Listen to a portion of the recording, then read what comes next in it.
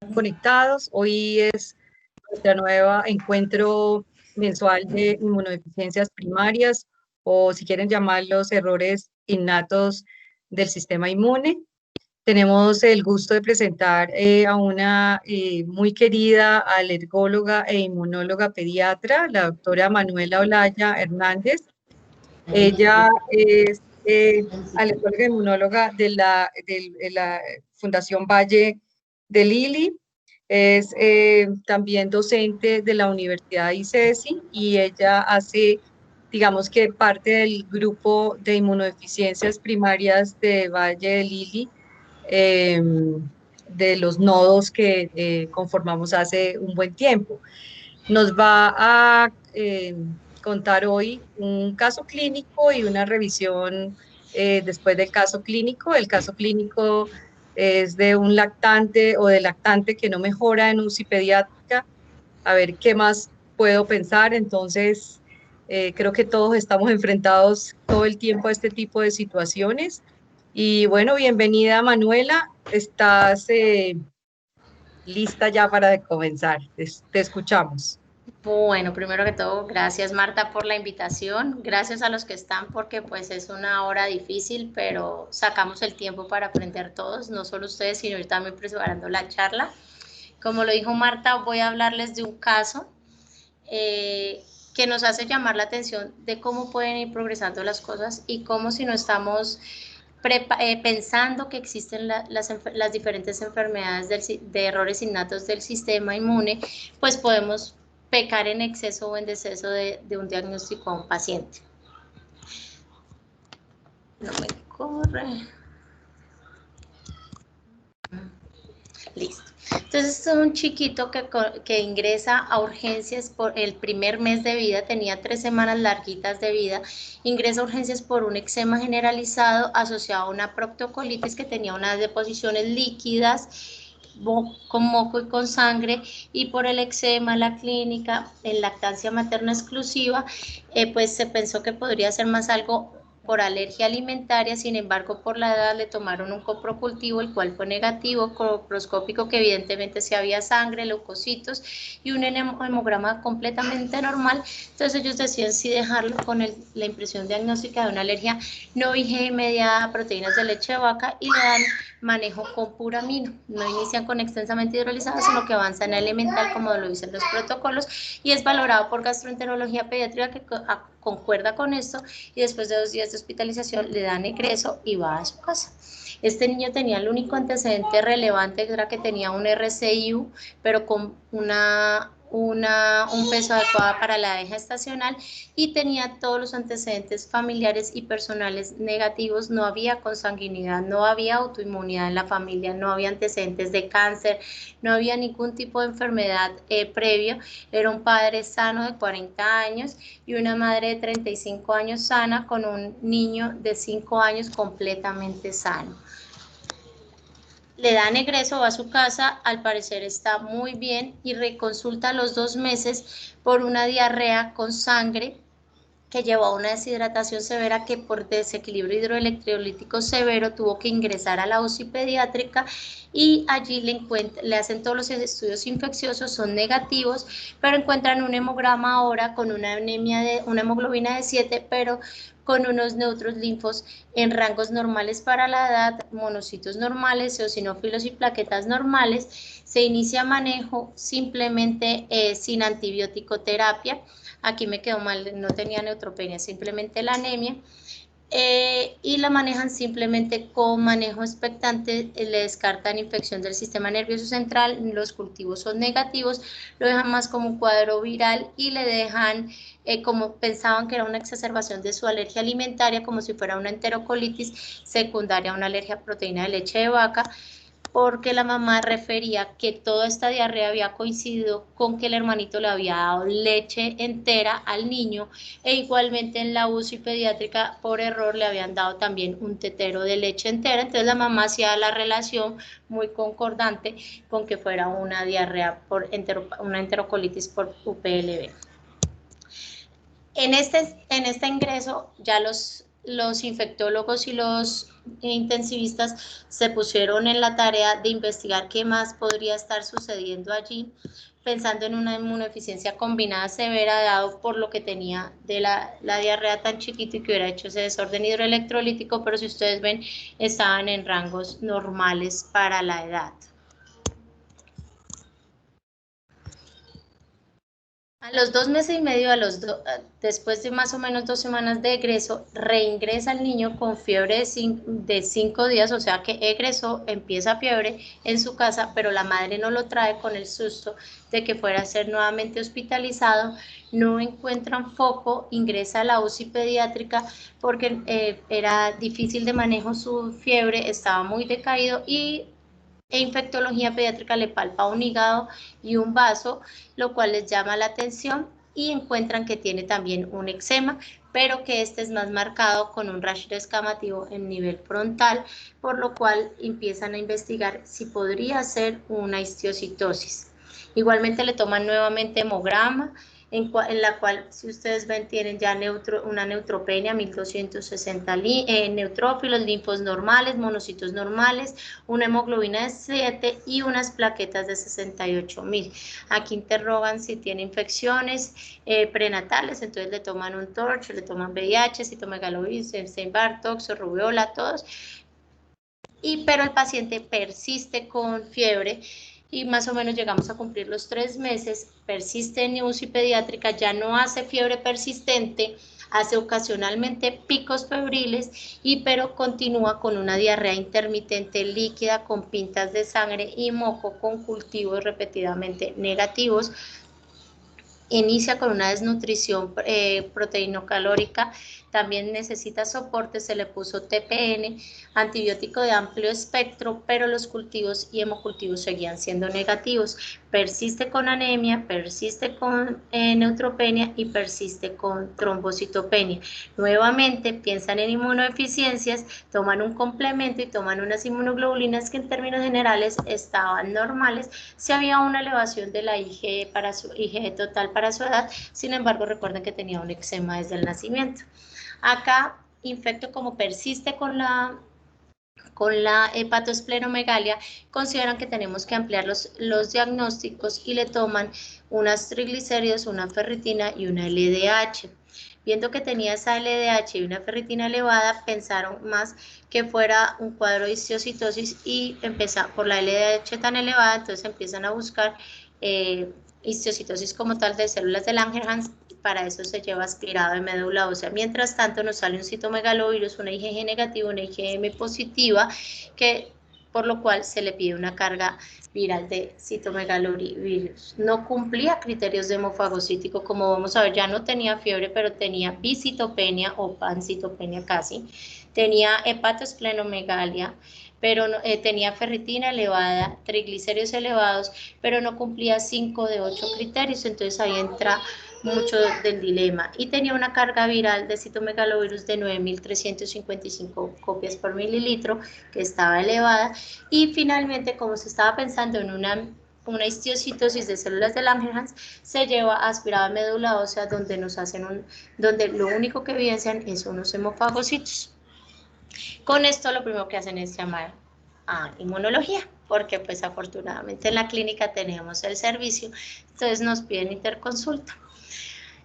¿Qué más? Si ustedes quisieran saber algo más, cumplía criterios, no criterios, eso es lo que vamos a ver. Si ustedes ven, mire, cuando ingresó el paciente, realmente él, si es de aquí para acá, quedó al revés, qué pena, pero el 11 de septiembre, miren cómo estaba, 10 de septiembre, perdón, de acá para acá.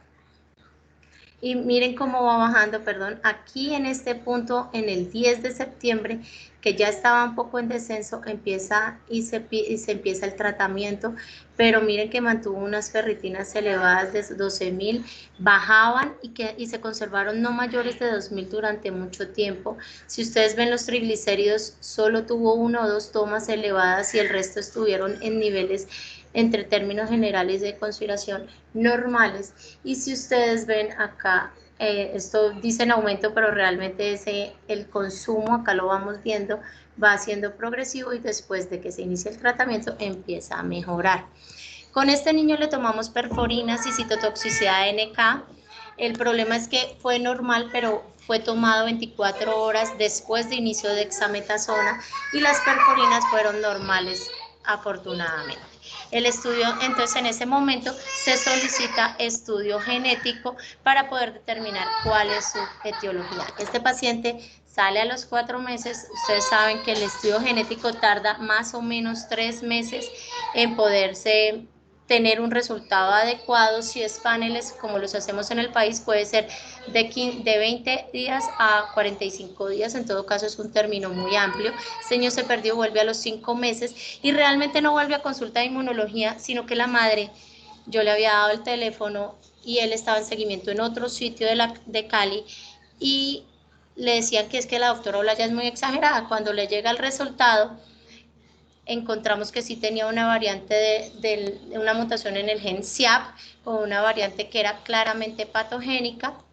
Se decidió llevar a junta porque cuando llegó a los 5 meses nuevamente por teléfono y que logramos que la EPS nos autorizara las visitas con nosotros en la clínica, se evidenció que el niño estaba muy bien, que había un buen crecimiento, que había mejorado el eczema, que ya estaba con dieta normal. Le pudimos quitar ese tache y ese INRI de alergia a proteína de leche de vaca. Se hizo una junta médica con hematología, hemato-oncología de trasplante, infectología pediátrica, genética, inmunología, y llegamos al acuerdo de que era un paciente que debíamos preparar para un trasplante de médula ósea. Sin embargo, los padres no querían que fuera trasplantado, le tenían mucho miedo a la quimioterapia y al pensar que iba a ser trasplantado de médula ósea. Y ese es uno de los primeros criterios que nosotros tenemos en el grupo, es que cuando nos sucede eso, y si no es una urgencia vital, tratar de enfocar a los padres por medio de cuidados paliativos para poder que entiendan la importancia del tratamiento de la terapia con trasplante de médula ósea. Desde los 5 meses que lo volvimos a ver, a los 17 estuvo bien, hacía picos febriles con cuadros gripales leves sin desencadenar ningún hemofagocítico, pero reingresa nuevamente a los 19 meses por un cuadro febril con un hemofagocítico parcial. ¿Por qué les pongo el parcial? Porque lo vamos a ver ahora más adelante, la importancia que tiene que tengamos claro cuándo es completo, cuándo es parcial y qué debemos hacer en cada uno de estos casos. Finalmente se trasplantó en el 2019, en noviembre del 2019, y actualmente está súper bien, sin age y con suplencia de inmunoglobulinas por una inmunodeficiencia humoral residual al trasplante de médula ósea.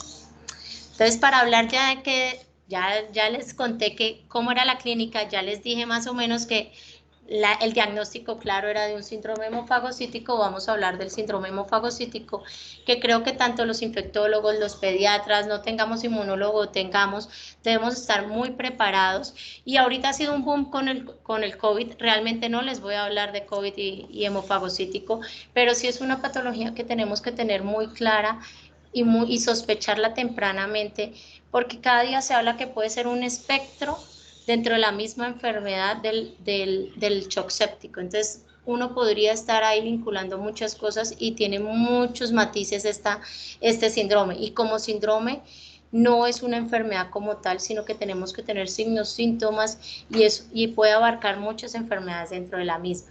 Y se caracteriza por una reacción inflamatoria exagerada que es ineficaz y no puede eliminar el agente o la célula que está infectada y que está haciendo la respuesta inmune anormal activadora. Entonces lo que pasa es que se perpetúa la respuesta inflamatoria, haciendo que haya una disregulación, que dentro de uno de los principales marcadores es la hemofagocitosis, que simplemente como los macrófagos van fagocitando, perdón la redundancia, los eritrocitos, las plaquetas, los leucocitos, y por eso también podemos tener la marcada disminución de estas células. Puede ser primario o secundario, ya vamos a ir viendo cada una de estas cosas. En 1939 salen los primeros reportes y por Scott y Rob Smith. Ellos hablan de una reticulosis medular histiocítica y hablan que es como un linfoma de no-Hodgkin atípico, y lo manejan como si fuera una neoplasia como tal. En 1952 ya aparece Farquhar and Clairax, hacen ya la primera mención de este fenómeno de reticulosis medular histiocítica como un trastorno también familiar que está con una inmunoregulación alterada porque fallece un hermano y a los pocos años fallece el otro hermano de un síndrome hemofagocítico. En 1979, entonces mire que eso fue rapidísimo, casi 20 años de cada época. Ya se habla de una asociación con infecciones virales, pero realmente es en los 80 y 90 cuando empezamos a hablar del Epstein-Barr como una relación directa con el síndrome hemofagocítico. En 1994 se abre el primer protocolo HLH-94 por la Sociedad Mundial del Histiocito, que fue un esfuerzo muy lindo a nivel mundial, sobre todo los hematólogos, de poder procesar toda la información y los reportes de casos que tenían de las diferentes sociedades y ver cuáles eran los protocolos que mejor les habían ido a esos niños y poder establecerlos en un solo protocolo para poder así garantizar una mejor sobrevida.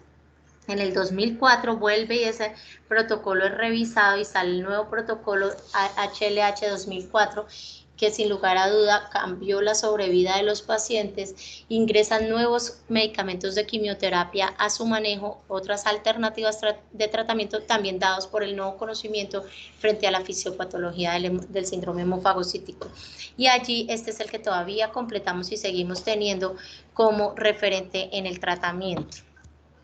Cuando vamos a hablar de la clasificación del síndrome hemofagocítico, tenemos que tener claro que hay un primario o genético y hay uno adquirido.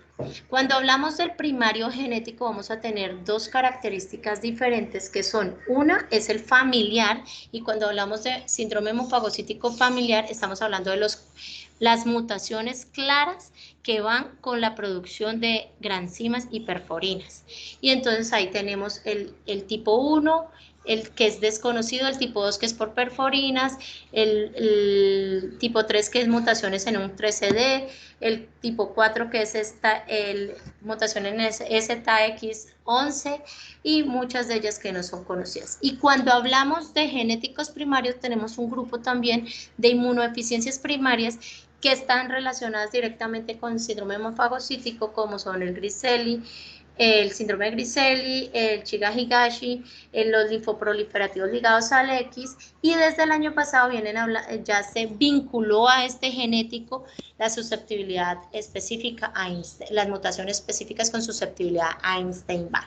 Esto, cuando hablamos del familiar, acuérdense que vamos a hablar de genético o primario, el familiar y el relacionado con inmunodeficiencias, que antes lo poníamos con hipopigmentación, sin hipopigmentación, pero ahora se ha dejado solo como inmunodeficiencias primarias para abarcar todos estos. El 70-80% van a debutar en el primer año de vida. Sin embargo, como en medicina no todo es blanco-negro, tenemos pacientes que debutan a los 4 años, a los 5, y en este momento estamos teniendo pacientes que pueden tener cualquiera de estas mutaciones genéticas que pueden estar alterándose de forma parcial la mutación, entonces no hacen manifestaciones sino de adolescentes y adultos. No son muchos, pero ya hay algunos casos reportados. En los adquiridos tenemos una variedad muy grande. Acá tenemos infecciones, antes se llamaban hemofagocíticos secundarios a infecciones virales. Sin embargo, cada día se fueron involucrando nuevas bacterias, nuevos gérmenes, entonces se llama infecciones asociadas al síndrome de hemofagocítico. Y estas, pues, el 29% son virales y el 20% son otros tipos de infecciones. Acá tenemos que incluir todos, desde virus, bacterias, hongos. Ustedes que son infectólogos saben que hay una variedad inmensa, que yo ni me sé los nombres ni la taxonomía, pero cada día vinculamos. Por ejemplo, los niños con enfermedad,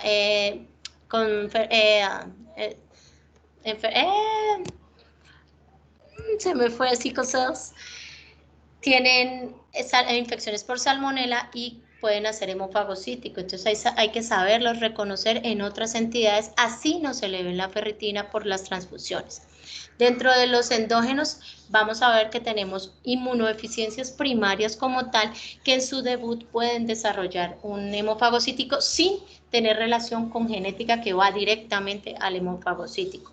También los traumas de ortopedia mayores han sido reportados y las enfermedades metabólicas también han sido reportadas, ahorita las vemos.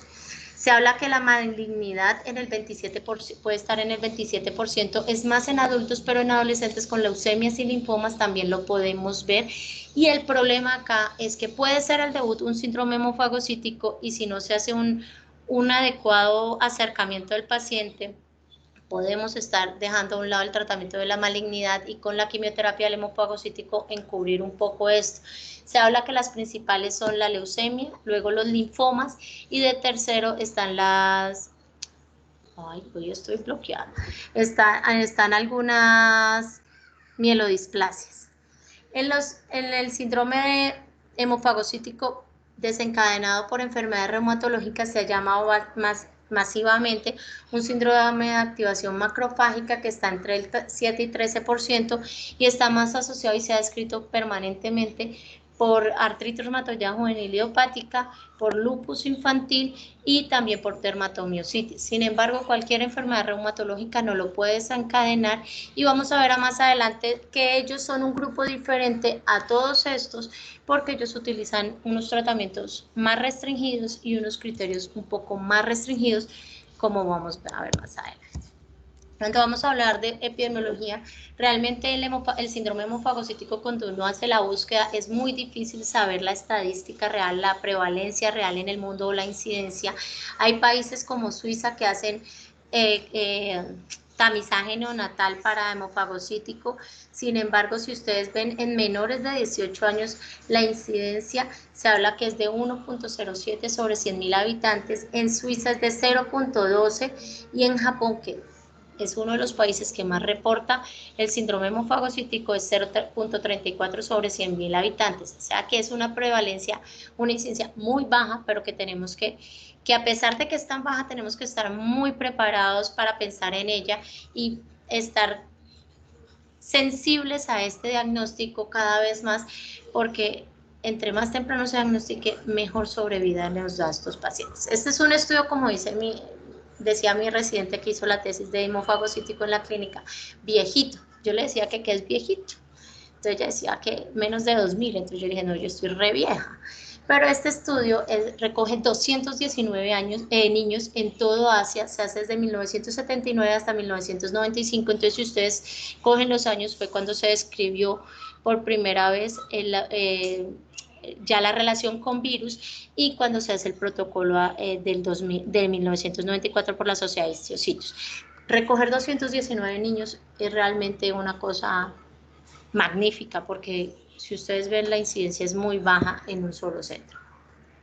Si ustedes ven, reportaron que el 55% tenían relación con el Epstein-Barr, luego seguía mucho menos del 20% con virus, y si ustedes ven, habían bacterias, hongos, protozoas y otros que no habían sido organismos, sino básicamente enfermedades malignas o reumatológicas. Cuando vamos a ver la mortalidad global de ellos, de 219, acordemos que estaban con el protocolo de 1995, de 94, perdón, la mortalidad fue del 45%, pero cuando ellos hacen el subanálisis para ver la importancia de la Epstein-Barr, la mortalidad de ese subgrupo fue del 72%, entonces por eso también es súper importante siempre tener en mente el Epstein-Barr como como hemofagocítico, como de lugar yo tengo que descartar una infección por Epstein-Barr. Japón recientemente saca una estadística de que sus síndromes hemofagocíticos, el 74% fueron producidos o desencadenados por infecciones por Epstein-Barr. Entonces, si tenemos esto en cuenta, tenemos que estar súper sensibles a la búsqueda. Yo sé que los infectólogos, la mayoría, buscan el Epstein-Barr, pero nosotros los pediatras habitualmente no. Entonces es el trabajo de todos podernos concientizar un poquito más frente a esto. Este estudio es súper bonito, lo hicimos desde el 2012 hasta el 2019 con la doctora Daniela Cleves, que fue residente nuestra de pediatría, ahorita ya se graduó y trabaja en la línea de investigación de inmunodeficiencias primarias en la clínica con nosotros, y recogimos todos los pacientes menores de 18 años en la clínica. Entonces tenemos una incidencia para este periodo de 2012 a 2019 en la clínica Fundación Valle del Lili del 0.01% y somos centro de remisión de cuarto nivel para el suroccidente colombiano. Tuvimos 182.000 consultas en urgencias y solamente en este periodo tuvimos 21 pacientes con síndrome hemofagocítico manejado en la clínica. La edad media fue de 9 años y con un 52% de hombres, como se habla en la mayoría de literatura. Cuando vamos a ver las causas, tuvimos un HLH por un diagnóstico de un SCID, aquí queda que diagnóstico genético exacto no lo teníamos porque clínicamente fue un SCID, pero nunca se logró hacer estudio genético y la paciente falleció. Acá tenemos una mutación en LIST, una mutación en un 13 y un CIAP2. Posterior a esto hemos recibido nuevos pacientes después de diciembre del 2019 y han tenido mutación básicamente en CIAP2, tenemos 2 pacientes adicionales. Infección por Epstein-Barr solita, solo el 28%. Pero si vamos a revisar cada uno de estos, miren, AIJ más Epstein-Barr, 9%.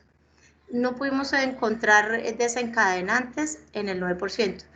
Dengue, 9%, solito el dengue como desencadenante hemofagocítico. Dengue más Epstein-Barr, el 5%.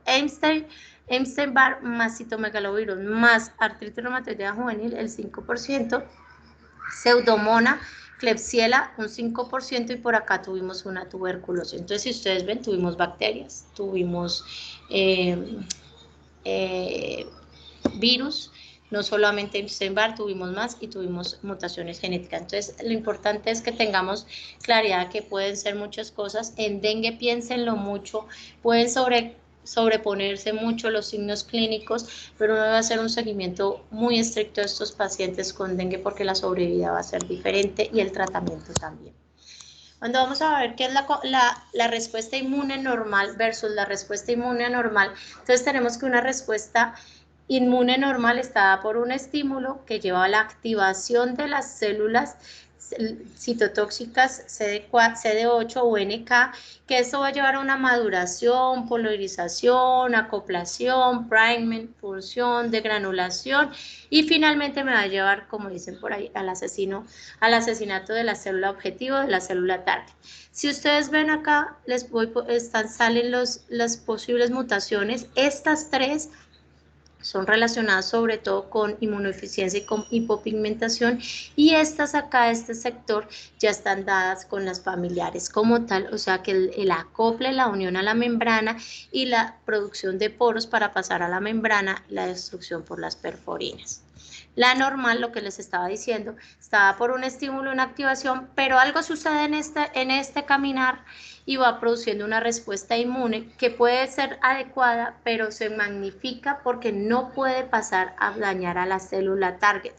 Entonces, esto me va a permitir, uno, que la célula que está infectada aquí, la célula, ya sea el macrófago, ya sea el CD4, el que sea, me puede estar aumentando la proliferación porque está infectada, entonces lleva a un aumento de su proliferación con una activación nuevamente, una señalización para que persista el estímulo para destruir esta célula, pero no se pueda. Y segundo, una liberación de estas granzimas y perforinas que al no poder penetrar a la célula target me quedan en el espacio sináptico inmunológico y me van a hacer una inflamación persistente.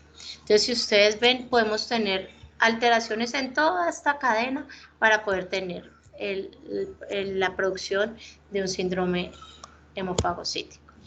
Aquí, para que tengamos claras las condiciones, lo que les hablaba, entonces este es el primario.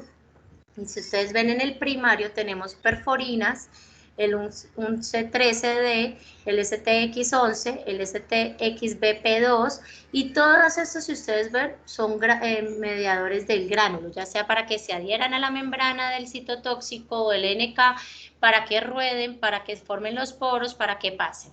Cuando hablamos de la hipopigmentados o asociados al hemofagocítico, que también son genéticos y que entran dentro de los genéticos, pero no son los familiares, está el RAP27A, que es el síndrome Griscelli tipo 2, el LIS, que es el Shida-Higashi, el AP3B1, que es el Hermansky-Pulansky tipo 2, y todos estos van en la parte más alta en la producción y canalización circulación interna en el linfocito. Cuando hablamos de los linfoproliferativos tipo 1 y tipo 2, que son genéticos pero no familiares, también igualmente que este grupo, que son los que antes se llamaban no hipopigmentados, tenemos el CH2D1A, el SIAP, el NLRC4, el CDC42. Cuando ustedes miran estos del síndrome linfoproliferativo ligado al X, miren que la mayoría tienen alguna relación con el inflamosoma y con la interleuquina 1 beta y con la interleuquina 18. Entonces eso lo tenemos que tener muy claro para saber que pueden hacernos afectación.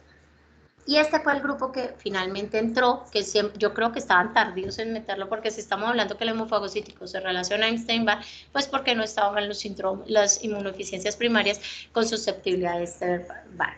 Aquí tenemos el X-Men, que es deficiencia de magnesio, el ITK, que es tirosinquinasa, el CD70, el CTPS1, el RAS-GRP1, que todos van a hacer activaciones diferentes en diferentes momentos de la maduración y de la acción de la célula NK y las células CD8. Cuando vamos a hablar de otras enfermedades genéticas asociadas al hemofagocítico, ¿se acuerdan que yo les dije que habían inmunodeficiencias que estaban relacionadas acá? Entonces, miren, el SCID y en las combinadas no severas, muchas, por no decir todas, debutan con infecciones virales que pueden debutar con un síndrome hemofagocítico, que si no tenemos claridad cómo debutan, pues vamos a tener allí errores y podemos estar tratando un hemofagocítico y no un SCID. Entonces, siempre tenemos que mirar cuidadosamente todo el sistema inmune y mirar al paciente. El paciente nos va a decir muchas cosas. Miren todas las inmunodeficiencias primarias que se relacionan con debut con el síndrome hemofagocítico, el B. George, el Wiskott-Aldrich, el ataxia telangiectasia, disqueratosis congénita, HORA1 deficiencia, la enfermedad granulomatosa crónica. Yo se las puse porque es súper importante en nuestro medio. Tanto Bogotá como Cali tiene un gran número de inmunodeficiencia, de enfermedad granulomatosa crónica, y pueden debutar por leishmania, por cándida. Nosotros tuvimos un paciente con una aspergilosis broncopulmonar severa, hizo un hemofagocítico y después encontramos que tenía una enfermedad granulomatosa crónica. Y otras son la gamma-globulinemia, el ALPS, el STAT1, ganancia de función, el CTLA4, el GATA2, el TRAPS. Entonces miren que acá están las enfermedades autoinflamatorias, porque acuérdense que hablamos del inflamosoma antes de que los ligados al X, los linfoproliferativos ligados al X están allí. Miren el hiper-IgE con su autosómico recesivo y dominante. Entonces muchos de nuestras inmunodeficiencias pueden debutar con un hemofagocítico. Entonces hay que tener claro el paciente y clara su clínica y poder lograr hacer un seguimiento clínico de estos pacientes, porque yo me puedo encasillar con que es un hemofagocítico, mejoro porque le controlé la infección, pero después me doy cuenta que sigue con hipogama, que sigue a gamma globulinémico. O sea, es enfocar al paciente y hacer un seguimiento a largo plazo. En los errores innatos del metabolismo tenemos muchísimo. Vean el Gaucher, la galactosemia, la acidemia metilmalónica, que tenemos en la región del Valle del Cauca, tenemos varios pacientes con acidemia metilmalónica, la acidemia propiónica, entonces el Niemann-Pick disease. Entonces muchos están acá que nosotros vemos, hacen infecciones de repetición, ingreso a la UCI. Claro, como suben el amonio, todo el mundo le echa la culpa al amonio, y a todo su problema metabólico, pero nadie les analiza un set, o como les digo yo, el kit de hemofagocítico. Entonces empezar a usar ese kit más frecuentemente de lo que pensamos. Cuando vamos a hablar del hemofagocítico secundario, no hay claridad cómo es su fisiopatología.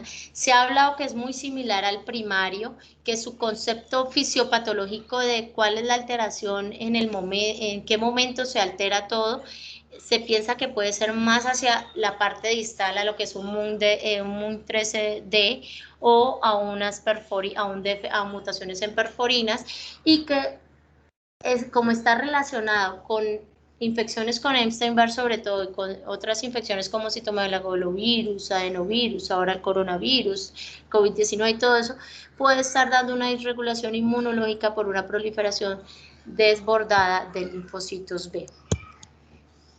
¿Cuáles son sus síntomas? Es que no hay un síntoma patognomónico, pueden ser múltiples manifestaciones clínicas, entonces uno tiene que estar muy preparado para pensar o no muy preparado, sino saber que existe el síndrome hemofagocítico. Yo creo que las diferentes UCIs en el país cada día hablan más del hemofagocítico, tienen una mayor conciencia frente a esto, pero miren, fiebre, hepatitis con coagulopatía, exantema, síntomas neurológicos entre el 30 y 70%, y estamos hablando desde confusión, convulsiones, parálisis nerviosas, hay falla multiorgánica. Entonces, si a mí me presenta un paciente así, pues yo puedo pensar que es un shock séptico, darle el manejo, pero yo tengo que estar pilas de que si no me mejora, puedo estar frente a un hemofagocítico. Entonces, ahorita es lo que vamos a ver cuando tengo que sospechar. Entonces, ¿qué paraclínicos necesito para un síndrome hemofagocítico? Son básicos: hemograma, ferritina, función hepática desde ALTS, AST, bilirrubinas, LDH. Los hindúes hicieron un estudio muy lindo sobre la AST y la LDH y cómo está más elevada en el hemofagocítico más allá que en el resto de patologías que ingresan a la UCI. Ahora vamos a hablar de la ferritina, por eso no me demoro.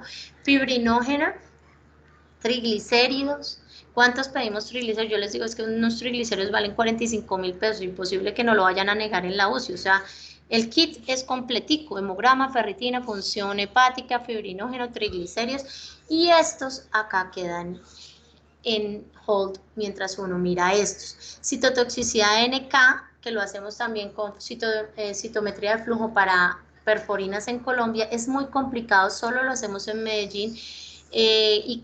Y con las dificultades antes de pandemia de los vuelos a Medellín, pues se nos perdían las muestras. Segundo, solo son por citas para poder hacer los cultivos de forma adecuada, tienen 3 horas de vitalidad las células, entonces era muy complicado. Entonces nosotros, cuando yo llegué hace 8 años, yo estaba obsesionada por la citotoxicidad NK y el receptor soluble de la interleuquina 2, y entonces a todos se los pedía, y pues realmente se retrasaba un poco más el tratamiento mientras lo teníamos. Entonces realmente nosotros no los utilizamos, lo mismo que la interleuquina 2, el receptor soluble en la interleuquina 2 no lo utilizamos, ni acá y en el resto del mundo tampoco, porque es muy complicado, igual que la citotoxicidad, entonces ha dejado mucho para investigación.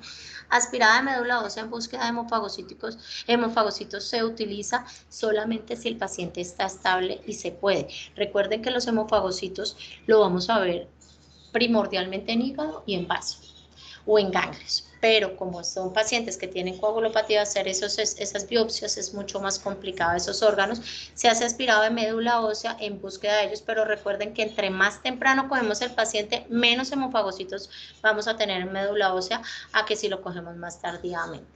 Cada día se está utilizando en el mundo más la interleuquina 18 y el CXCL9, sin embargo en nuestro medio no está. La interleuquina, antes de que me olvide el receptor soluble, la interleuquina 2 sí se utiliza en Colombia, lo hacen en la Antioquia y en Fundación lo estuvieron haciendo un tiempo, más que todo por investigación para los síndromes de activación macrofágica. Cuando tenemos esta relación de interleuquina 18 CXCL9 se utiliza cuando tiene un ratio mayor de 2.3, se habla que es más o menos 100% que tiene un hemofagocítico, y cuando tengo una interleuquina 18 mayor de 2.400 también, al igual que una interleuquina, un receptor soluble de la interleuquina 2 que sea mayor de 2.400, estamos hablando a ciencia cierta con una sensibilidad y especificidad mayor del 95% de que es un síndrome hemofagocítico. Entonces, en nuestro medio podemos quedarnos con triglicéridos, función, y vamos a poder diagnosticarlo de forma adecuada. Si podemos hacer aspirado de médula ósea, maravilloso, porque acuérdense que el 27% de malignidad pueden estar relacionados con malignidad, entonces nos quitamos eso de encima en el pensamiento, entonces nos quedamos con los primarios y secundarios. Acá quería traerles cómo evoluciona rápidamente, como en nuestro paciente, que rápidamente evolucionó los parámetros. Entonces, también es para llamarles la atención, ya que los pacientes hay que hacerles control seguido, permanente, de lo que estamos hablando del kit de hemofagocítico. Si ustedes ven, mire acá cuando ingresó el paciente, no le tomaron ferritina, triglicéridos, ni AST, no le tomaron ferritina, fibrinógeno menos, dímero de menos. Y si ustedes ven a los 3 días, el paciente de este caso clínico que está en la British debutó con un CIAP2 y debutó con una diarrea crónica que la llevaba a una desnutrición severa, y miren que al tercer día de ingreso ya tiene anemia, ya los leucos no están en 21.000 sino en 12.000, ya los neutrófilos no están en 15.000 sino en 4.000, pero están normales.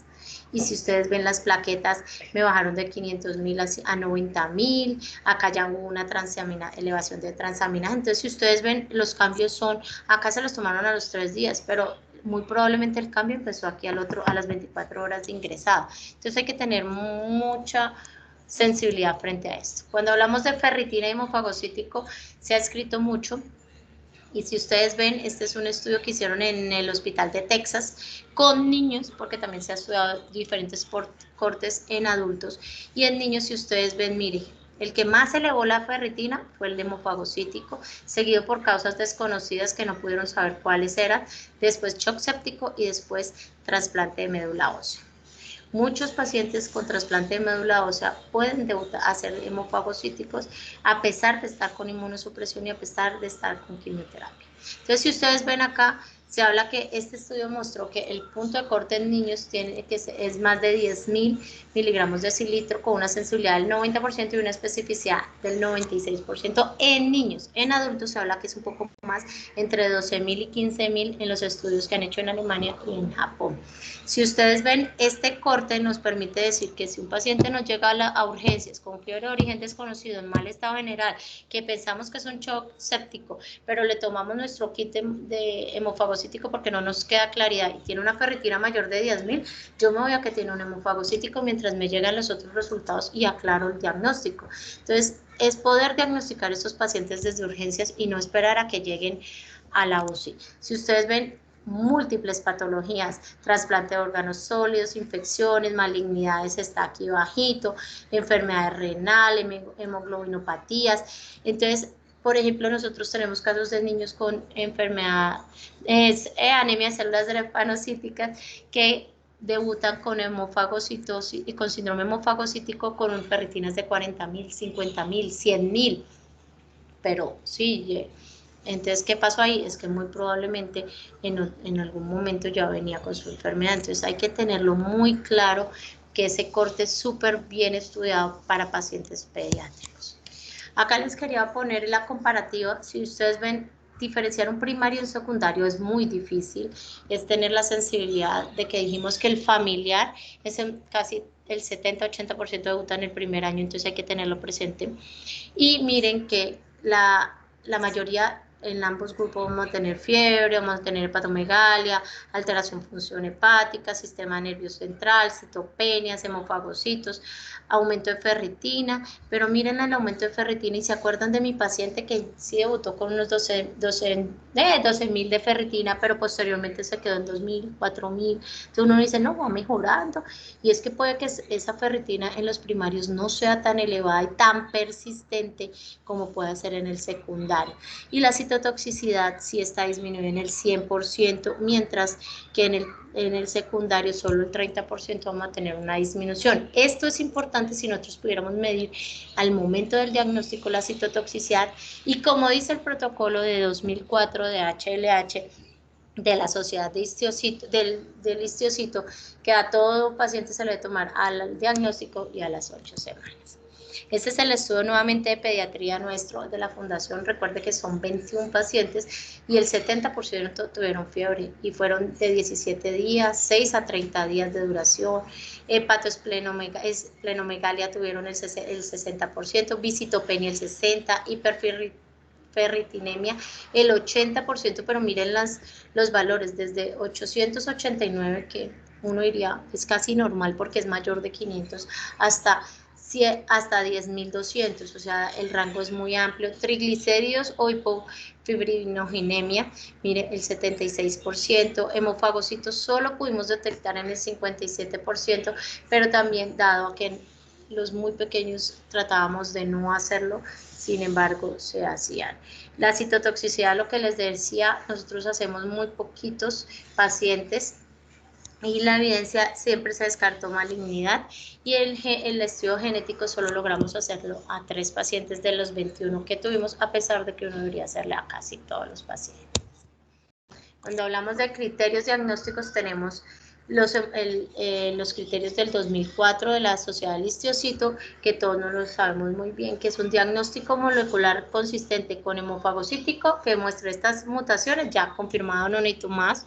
Entonces es el paciente que reingresa, que ya teníamos en historia clínica como lo tuvimos en mi paciente, y vean que habla de 5 de 8 de los siguientes: fiebre de más de 5 días, esplenomegalia, citopenias donde habla 2 de 3, que sea hemoglobina menor de 9, plaquetas menor de 100.000 y neutrófilos menor de 1.000, hipertrigliceridemia mayor de 265 o hipofibrinogenia menor de 150. Si vemos esto, quiere decir que hipertrigliceridemia y consumo de fibrinógeno van a ser el mismo criterio. El otro criterio es ferritina mayor de 500, hemofagocitos en médula ósea, en vaso o en ganglios linfáticos, disminución de células NK, de actividad de células NK, y la medición del receptor soluble de la interleuquina 2 mayor de 2400. Entonces tenemos 8, pero de los cuales 2 no hacemos. Entonces quiere decir que nos quedan 6. Y de estos 6, muchos podemos ser muy variables, porque miren que tenemos hemoglobina de 9, plaquetas menor de 100.000, y si tengo 110.000, o si tengo neutrófilos menor en 1.200, como nuestro paciente, que no lo tenía en menos de 1.000, ni tenía, inicialmente no tenía plaquetas tan bajitas. Entonces es un poco más restrictivo estos criterios. Los criterios para más, ellos la Sociedad de Reumatología, este es pediátrico y también de adultos. Ellos toman unos diferentes criterios, porque acuérdense que estábamos hablando que era AIJ, lupus y dermatomiositis. Entonces pueden muchos haber tenido ya la ferritina y las plaquetas elevadas. Entonces ya hablan que si tiene ferritina mayor de 684 más 2 de estas, ya es. Entonces, si yo tengo menos de 181.000 plaquetas y ferritina y ALT mayor de 48, ya es un más y hay que ponerle tratamiento. Si tengo consumo de fibrinógeno y ALT elevada y ferritina elevada, pues ya es un más. Entonces, esto hay que tenerlo claro también para cuando vamos a tener, porque si no entra en discusiones con el reumatólogo pediatra para ver si es un más o un hemofagocítico completo, entonces es más complicado. Posteriormente, en la década hace como unos 5 años o menos, sale el índice H, que es súper práctico. Entonces me da un puntaje, y vean que me da un porcentaje de probabilidad de tener un síndrome hemofagocítico, y me ¿tiene inmunosupresores, sí o no? Entonces me habla ya si viene con quimio, con algo, entonces yo pongo sí o no. ¿Tiene fiebre, sí o no? Entonces es más de tanto o es más, no me cuenta los días. ¿Tiene organomegalia, ya sea espleno o hepato? Entonces me da un puntaje. Tiene citopenias, una línea, 2 líneas, 3 líneas, no me restringe tanto como el otro. Si ustedes ven, es plaquetas menor de 110.000, hemoglobina menor de 9 y cuánto de leucocitos totales menor de 5.000. Entonces, si me ven que no son tan restrictivos, ferritina menor de 2.000, 2.000 a 6.000 y 6.000, triglicéridos también me da 3 marcadores y fibrinógeno también. Me va a hablar si es mayor o menor del consumido o no consumido. AST se involucra acá, y si tiene o no tiene hemofagocitos. También, como estamos en tiempos COVID, ellos lo utilizan y ponen si es confirmado, sospechoso, poco probable o negativo. Entonces eso te da un score que se ha visto que si es mayor de 160, entre 170, mayor de 170, tiene una sensibilidad del 93% y una especificidad del 90%. Entonces, muy bueno el índice H, o lo buscan en internet como H-score. Entonces, es súper útil para el diagnóstico, y me parece que a mí que tiene los criterios mucho más amplios, pero hay que aclarar que este fue diseñado solamente para el secundario y sobre todo para el de Epstein-Barr. Sin embargo, es muy útil. ¿Cuál usar? Realmente yo le digo a todos, usen el que se acuerden. Si tienen un computador y pueden hacer el H-score, súper bien. Si no, acuérdense de los 8 criterios del 2004, que también son útiles, pero no se restrinjan.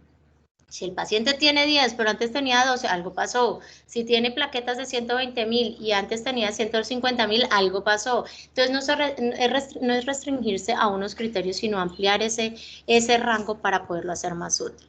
¿Cuáles son mis metas de tratamiento en hemofagocito? En síndrome hemofagocítico es poder tener una sobrevida adecuada, como lo ha mostrado el protocolo 2004. Y lo primero que tenemos que hacer es el tratamiento de la causa, que eso nos lo enseñó los reumatólogos con el MAS. Entonces ahí tenemos que tratar la infección viral, tenemos que tratar la IJ, tenemos que tratar si es una inmunodeficiencia, es una inmunodeficiencia, y controlar el sistema inmune hiperactivo. Entonces vamos a ir viendo cada uno, y evaluación del tratamiento para ver si hay defectos genéticos. Esas son mis metas en los pacientes. ¿Y cuál fue el protocolo del 2004? Pues este protocolo me habla de 8 semanas base, en las cuales yo pongo dexametasona, que lo que va a hacer es un efecto citotóxico sobre los linfocitos y me inhibe la diferenciación de las células dendríticas, lo cual me va a hacer el control inmunológico. El etopócito destruye las células presentadoras de antígeno, entonces también me hacen el control inmunológico. La ciclosporina interfiere en la activación de la función de los linfocitos y los macrófagos. Y si tengo compromiso neurológico, tengo que hacer terapia intratecal con metrotexate y dexametasona. ¿Qué pasa? Yo le inicio el tratamiento y, si ustedes ven, tengo que estar revalorando el paciente. No lo voy a valorar a las 2 semanas. Cuando yo inicio un protocolo HLH 2004, tengo que tomar paraclínicos diarios. Antes se pensaba que cada 24, cada 48, 72 horas, o cuando se salió este protocolo se decía que cada semana o cada 2 semanas. No, se estableció que con 24 horas, como yo les mostré anteriormente el caso clínico, con 24 horas ya hay cambios. Entonces, así mismo, con la terapia, al principio debemos ser muy acuciosos. Entonces se habla que yo en el inicio de terapia, yo puedo iniciar por niveles, yo no tengo que iniciar todos al mismo tiempo. Si yo veo que es un secundario y que puedo manejarlo solo con dexametasona y con terapia antiviral porque tiene un citomegalovirus y con ganciclovir me empieza a ir bien, lo dejo como nuestro paciente. Nuestro paciente, lo manejamos con dexametasona y ganciclovir, le fue bien y solo ahí. Después recayó y fue que llevamos a trasplante. A las 8 semanas, por eso les decía con la citotoxicidad a las 8 semanas, porque el protocolo dice que acá tengo que tomar una citotoxicidad y acá otra citotoxicidad para ver si mejoró. Entonces uno queda tranquilo de que es secundario porque mejoró, si le puse terapia, y si persiste consumido es primario. Sin embargo, es muy complicado. No todos los pacientes tienen que hacer esto, pero si no mejora, y como hay evaluación 72 después a la semana, debemos ir a trasplante de médula ósea. Acá dicen que a las 8 semanas empezar el pasaje a trasplante de médula ósea. Yo les digo que no esperar hasta tan tarde. Cuando tenemos niños menores de 5 años, que ha sido muy difícil el manejo, uno puede empezar desde el día 0 a pensar en todo el proceso para llevarlo a TMO, para no hacerlo más tardía. También cada día se habla más de rituximab y se ponen algunos protocolos para el manejo de Epstein-Barr en estos pacientes. ¿Cuándo uso inmunoglobulinas? Es la pregunta del millón. Cuando Daniela hizo la tesis, pues fue difícil encontrar artículos, pero buscó muy bien. Entonces, esta diapositiva es gracias a la búsqueda exhaustiva. Realmente no hay una evidencia clara del uso de inmunoglobulina en síndrome hemofagocítico. Sin embargo, en el protocolo de 2004 lo recomiendan como primera línea con la dexametasona, y se ha utilizado es porque se ha tomado esa información del síndrome de activación macrofágica y le hemos pasado al síndrome hemofagocítico como primera línea. Les va muy bien cuando es secundario, entonces lo deberíamos usar cuando estamos sospechando que es un síndrome hemofagocítico secundario, les va a ir muy bien. Al que es primario, que tenemos alta sospecha de que es primario, no le va tan bien con la inmunoglobulina. Se recomiendan 3 dosis seguidas de inmunoglobulina a dosis inmunomoduladora y revalorar al paciente para ver si se tiene que avanzar en tratamiento. Nuestro estudio, después de poder hacer el protocolo 2004, que está todos los pacientes le ponemos ya sea el inicial de solo dexametasona o inmunoglobulinas o dexainmunoglobulinas, o los que llevamos a trasplante o a tratamiento completo, el 65% tuvo una sobrevida. Quiere decir que miren, la mortalidad es alta, y en una institución nivel 4 donde tenemos que yo llevo 8 años tallando a todo el mundo de que el síndrome hemofagocítico existe, de que debemos hacer tratamiento temprano y agresivo. Entonces, la mortalidad es alta, es muy similar a la del mundo entero. ¿Qué futuros? El futuro nos trae nuevas terapéuticas hermosas. Está anakinra o canakinumab en hemofagocítico secundario, más que todo en el MAS. Sin embargo, ya hay estudios para el tipo 1, el familia, no, el primario, que está asociado al linfoproliferativo ligado al X, sobre todo al SIAP. Entonces, acá está el alemtuzumab, que es el anti-CD52, es un estudio muy lindo en Francia, reemplazan el leptopócido por este biológico y les ha ido muy bien en la sobrevida y en las complicaciones. Acuérdense que el leptopócido es súper complicado de hacerle seguimiento. Está el amapalumab, que es un antiinterferón gamma, que ya fue aprobado por la FDA para estudios en adultos, para hemofagocítico en adultos, y está iniciando el estudio de antirleuquina 18 en hemofagocito. También está el ruxolitinib, que también se ha utilizado en reemplazo del etopósido con timoglobulina. Este simplemente para que recuerden, miren, todos hablan de que tenemos que hacer citometría de flujo, pero para buscar la alteración de qué pedazo de la cadena de producción de la citotoxicidad está, y con eso me voy guiando para qué lado coger y asimismo para dónde voy clínicamente. En conclusión, siempre hay que conocer la existencia del hemofagocítico, tener claro que existe y que cada día podemos diagnosticarlo más, que su diagnóstico temprano mejora, hace un tratamiento temprano y por ende mejora la calidad de vida y la sobrevida de estos pacientes, y que en todo niño menor de 1 año debemos pensar que es primario, y si es menor de 5 años, yo siempre les digo que la literatura dice 1 año, pero mi experiencia me ha dicho que menores de 5 años, hombres, y siempre tomar inmunoglobulinas pueden estar relacionadas con hemofagocítico e inmunoglobulinas endovenosas solo en el secundario. Este trabajo solo se puede hacer si uno está trabajando en grupo, contando con todos. Este es el grupo multidisciplinario de la clínica. Ya no está Juan Francisco, solo que esta es la única foto que tenía pre-pandemia. Juan Francisco está en la misericordia, pero acá estamos el resto. Tenemos infectólogos, hematoncólogos de trasplante, genética, dermatología. Infecto que faltaba Paola el día de la foto, pero entonces se pone su muñequita. Y la fundación que nos ha permitido crecer en este diagnóstico, en el manejo, porque acuérdense que, por ejemplo, las inmunoglobulinas no están dentro del POS para esto, ni en el MIPRES, entonces toca tutela y todo eso. Sin embargo, hemos llegado a protocolos interinstitucionales que hemos peleado para poder y que la clínica nos ha apoyado para poder poner esas inmunoglobulinas y que no sean glosadas las fuentes. Y espero que sigamos todos aprendiendo en conjunto con esta nueva iniciativa de Marta, que es súper chévere, para poder ver para dónde vamos y crecer todos. Creo que eso era todo, Marta. Muchísimas gracias, Manuela, muchísimas gracias. Un caso muy ilustrativo, y yo creo que aquí hay muchos presentes que seguramente han tenido varios casos que siempre han sido un reto. Efectivamente, yo creo que hay cada vez más sensibilidad hacia la identificación cada vez que se ve pacientes como con fiebre y visitopenia, y empieza la gente a pensar cada vez más en esto. Yo te quería hacer una pregunta antes de pasar a ver quién quiere preguntar, y es, nosotros hemos tenido Kawasaki con manifestación de linfohistiocytosis hemofagocítica. Recientemente tuvimos uno que se le pudo, pues pensamos que es secundario, está en seguimiento en este momento, pero debutó con una linfohistiocytosis hemofagocítica y con dilataciones aneurismáticas. Se le tuvo que suspender la ciclosporina, y en este momento está en conducta expectante. ¿Ustedes han visto Kawasaki con linfohistiocytosis hemofagocítica? No, realmente no. Sin embargo, cada día vemos cosas más diversas y más presentaciones más atípicas de todo, pero realmente no. No,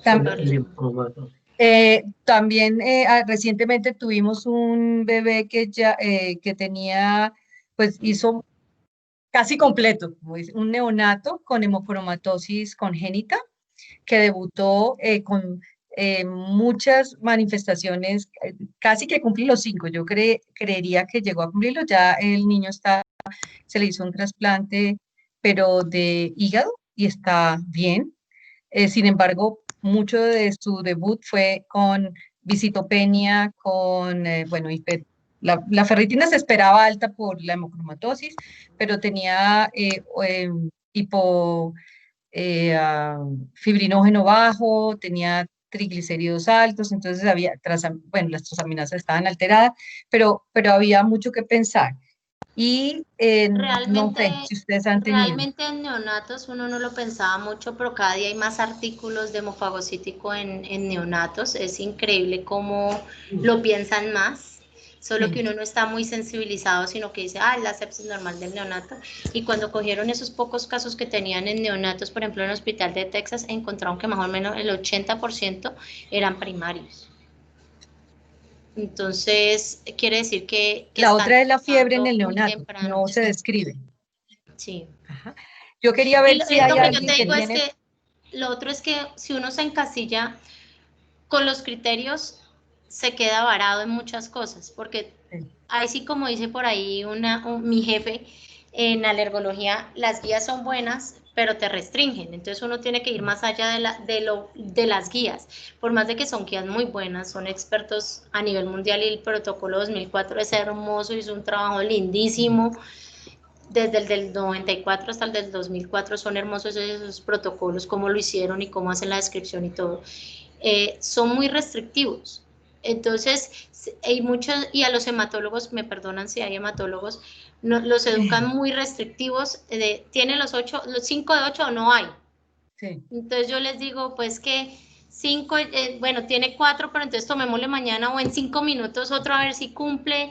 Entonces es ese niño que no cumple, tenerlo en la mira cada 24 horas y no es cada 48 y ver cómo se comporta, porque si uno ve muchos hemofagocitos, niños con síndrome hemofagocítico ingresan a urgencias muy mal, van a la UCI, pero cuando empiezan a estar bien, en 5 minutos empiezan a estar divinos y se ven regios, y uno no se da cuenta clínicamente cuando empiezan a echar para atrás como paraclínicamente. Entonces es aterrador cómo en 24 horas la paraclínica cambia completamente.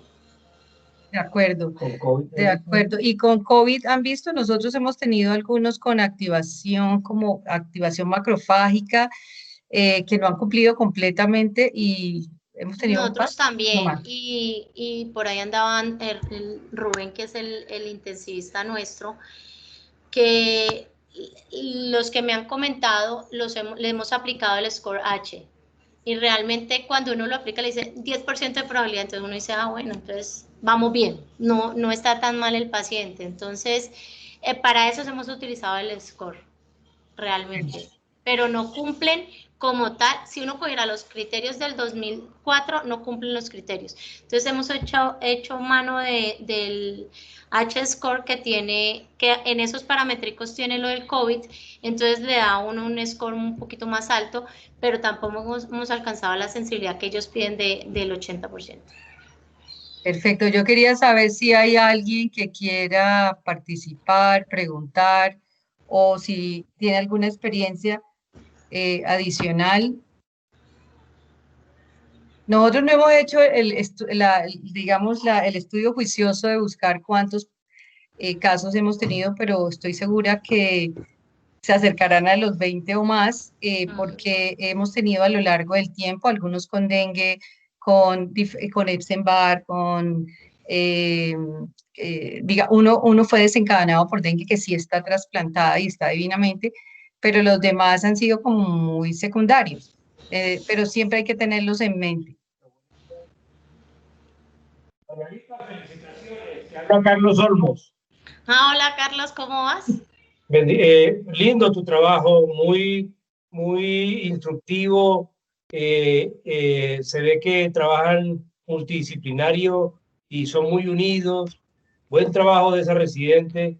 Pienso que algo así parecido se podría adelantar acá, porque la experiencia que hay, por lo menos en donde Marta, es bastante grande y se podría emular algo parecido a lo que ustedes hicieron. Claro, y esa es la Felicitaciones. idea. La idea es que todos empecemos puede que no sean multicéntricos, prospectivos.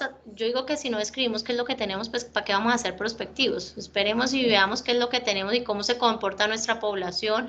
Por ejemplo, este año, Daniela terminó el trabajo en el 2019, pero ahí tenemos, este año hemos tenido, antes y durante la pandemia, sacando el COVID, hemos tenido una época de dengue y de hemofagocítico por dengue muy alto. O sea, en medio año vimos 6 pacientes.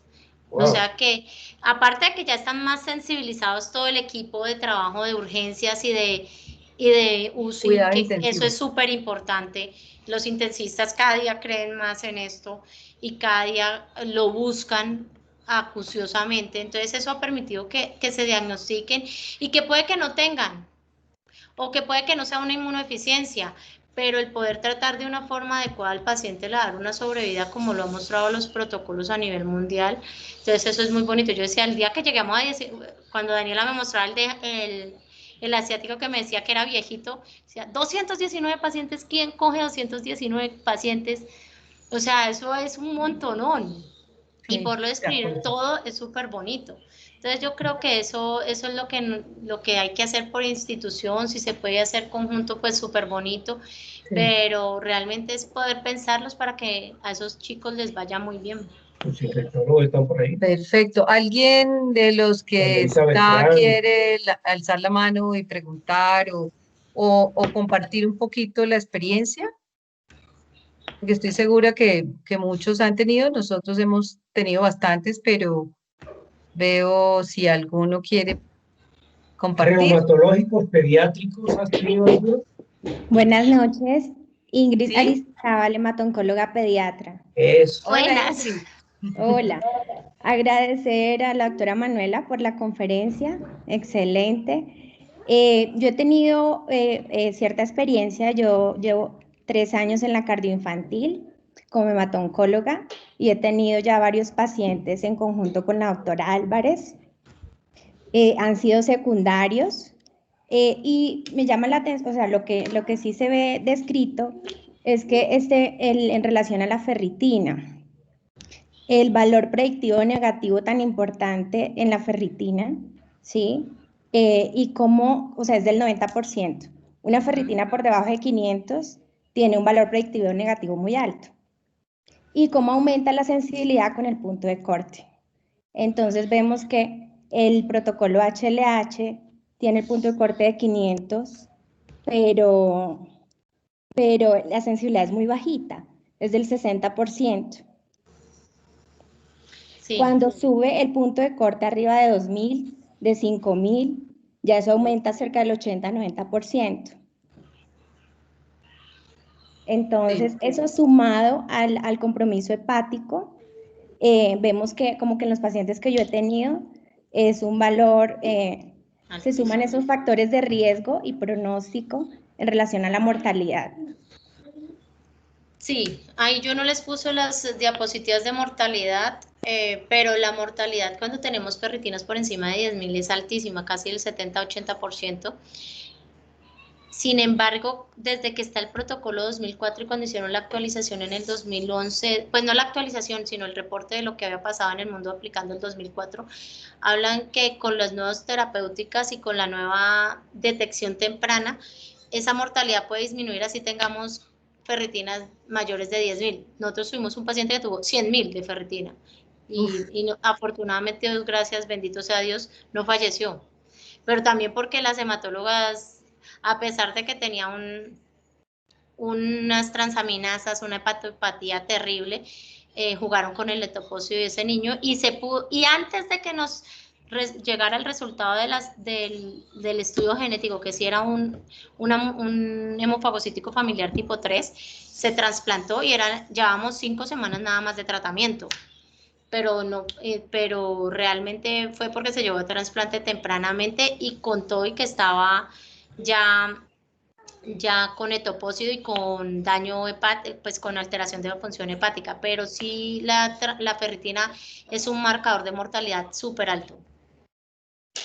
Sí, efectivamente. La experiencia que hemos tenido ha sido positiva al instaurar el protocolo de forma temprana, cuando o sea, nos hemos arriesgado a ponerlo completo, porque a veces da miedo, pero hemos jugado también con el etoposio en relación a las citopenias.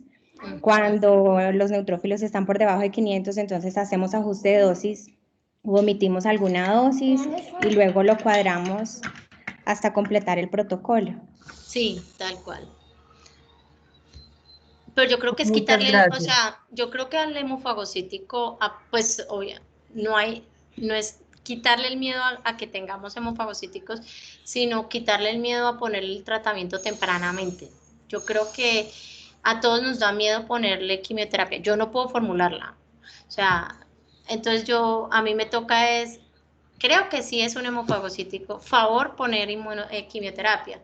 Entonces es muy complicado cuando hay centros que no les gusta poner quimioterapia para el hemofagocítico. Afortunadamente, pues nosotros hemos hecho protocolos en el grupo y se trabaja en equipo con los hematólogas porque pues si no, no se podría hacer nada. Pero nosotros recibimos pacientes de otros centros que solo la dexametasona y de ahí no pasaron y el paciente siguió malo por el susto de ir avanzando más en tratamientos, ¿no? Sí, yo quisiera, muchas gracias. Yo quisiera de pronto alguno de los reumatólogos que siempre, nosotros trabajamos también en equipo y siempre nos encontramos con casos que son retantes porque será primario, si son muy pequeños, sí, pero si están en los 3 años, será primario, secundario, siempre entra todo el equipo. ¿Alguno de los reumatólogos quiere compartirnos algo de la experiencia? Bueno, la idea era, El doctor Olmos me estaba preguntando lo de reumato y nosotros sí hemos tenido AIJ, sobre todo AIJ. Tuvimos como 3 pacienticos de AIJ, uno con Epstein-Barr, otro con citomegalovirus y otro con pseudomonas, que hicieron un más completo. Pili. Ay, Hola, gracias. ya me activé. Pilar Guarnizo. Sí. Hola, Hola, Pilar Guarnizo, doctora. reumatóloga, ¿cómo están? Pues digamos que realmente sí, nosotros hemos trabajado como mucho en equipo, como Manuela decía muy bien, los reumatólogos tenemos unos criterios diferentes, pero básicamente como hacer énfasis en que esos criterios diferentes están dados porque en la IJ sistémica partimos de valores muy altos y me parece súper valioso lo que dices de comparar. Pues claramente nosotros nunca vamos a llegar a una trombocitopenia severa porque nosotros en una IJ sistémica arrancamos de 1 millón de plaquetas. Entonces un paciente para nosotros que venga en una IJ sistémica con 900.000 plaquetas y tenga 400.000, esa caída, si el paciente está en deterioro, a mí ya me está diciendo que ese paciente no va bien. Y me está hablando que digamos, tengo una alteración y tengo que pensar en esos pacientes que está yendo hacia una activación macrofágica rápidamente. Por eso los reumatólogos tenemos unos criterios diferentes, porque nosotros lo que estamos buscando es que ese paciente tenga una inflamación y que todos los reactantes estén hacia arriba, y si las plaquetas como reactantes de fase aguda van hacia abajo, quiere decir que algo no está bien. Entonces, digamos, en ese escenario estoy súper de acuerdo con Manuela en que hay que monitorizar y el día a día y la curva es lo que nos ayuda. Sí, No, y lo otro es que yo les reconozco a ustedes que son mucho más prácticos que nosotros. Sí, entonces Nosotros, o sea, por ejemplo, que esperar a que tenga citotoxicidad. Yo cuando llegué era así, esperar a que Medellín nos dé la cita para citotoxicidad y que busquemos si nos pueden hacer interleuquina, el receptor de interleuquina 2 y el chino malo. No, hombre, o sea, entonces, póngale, sí. si nunca va a completar los 5 de 8, pues póngale. Eso, 4 entonces de 6. digamos, yo creo que sí que yo me considero afortunada porque realmente en cardio, digamos, con el equipo rápidamente entramos, hemato, infecto, la UCI, vemos y tenga o no tenga los criterios y nosotros vemos que va cayendo, pues realmente hemos tenido niños con activación macrofágica y con 200.000 plaquetas. Sí, pero es que si yo venía de 900.000 plaquetas y se me cae la BCG y las plaquetas van para abajo y el niño ya no tiene una leucocitosis, sino el niño tiene unos leucocitos de 5.000, claramente es un niño que tiene una respuesta inapropiada a lo que está viviendo. Y es lo que siempre le decimos a los residentes. No son los números los que no hacen el diagnóstico, es el niño en la condición clínica en un momento. Si yo tengo una condición inflamatoria y tengo 5.000 plaquetas, claramente mi médula no está haciendo lo que debe hacer. Si yo tengo una condición inflamatoria sistémica, llámese una IJ sistémica, una autoinflamatoria, y el paciente no eleva plaquetas, está haciendo lo que no tiene que hacer. O sea, el niño no está teniendo una respuesta medular apropiada, y ahí siempre nosotros nos vamos, que estoy súper de acuerdo en lo que decías, o tiene una neoplasia o tiene una activación macrofágica. O sea, nosotros pensamos que tiene alguna de esas dos. Tiene un parvovirus, igual la aspirada médula ósea nos los aclara, por eso nosotros somos fan de la aspirada médula ósea. Afortunadamente, digamos que realmente con el equipo de Mato nos apoyan un montón, porque en el aspirada médula ósea, tú sabes, es viral, es neoplásico o tiene un macrofágico, y de una vez vamos a la fija en ese escenario. También usamos mucho inmunoglobulina, creo que con Marta, con Ingrid y con Sandra, pues sí usamos mucha inmunoglobulina porque nos da la tranquilidad y nos ha dado como buena respuesta de entrada. Usamos más metilprednisolona en los pacientes reumatológicos que dexametasona de entrada realmente, pues porque digamos es lo que los reumatólogos usamos más y tenemos como más en los protocolos, pero hemos tenido niños también a los que les ponemos dexametasona, digamos, no es que sea como excluyente uno de otro. Y hemos tenido debut de enfermedades reumatológicas que hacen mucho más difícil, y creo que ahora tendremos más en la medida que conocemos un poquito más de todo el tema de autoinflamatorias. Sí, claro. Por muchos de esos chiquitos debutarán entre esa línea estrecha entre la autoinmunidad y las autoinflamatorias y las inmunodeficiencias, que se han vuelto como una línea de un continuo, que puede ser una línea continua o un paralelo, pero están de la mano. Sí, y por ejemplo los linfoproliferativos ligados al X, el CIAP1 y todos, están muy ligados al inflamosoma, y por eso en la anakinra y canakinumab hay estudios ya autorizados para cuando uno los tiene y ya está en crisis y no conseguís el donante rápidamente. Pues nosotros no tenemos anakinra acá, pero tenemos canakinumab, sí. con la, digamos, gran ventaja de la anakinra, que pues su efecto de acción es tan rápido que uno, si se equivoca, no le pasa nada, se lo quita y no se lo vuelve a poner más. Y el canakinumab pues que dura un poquito más larguito. Pero lo tenemos y es una buena opción, digamos que está disponible y ya tiene aprobaciones, de hecho, entonces digamos que uno lo podría usar con un poquito más de tranquilidad. Súper. ¿Alguien más? Yo tengo una amiga que está en Estados Unidos, infectóloga pediatra, Ingrid Camelo.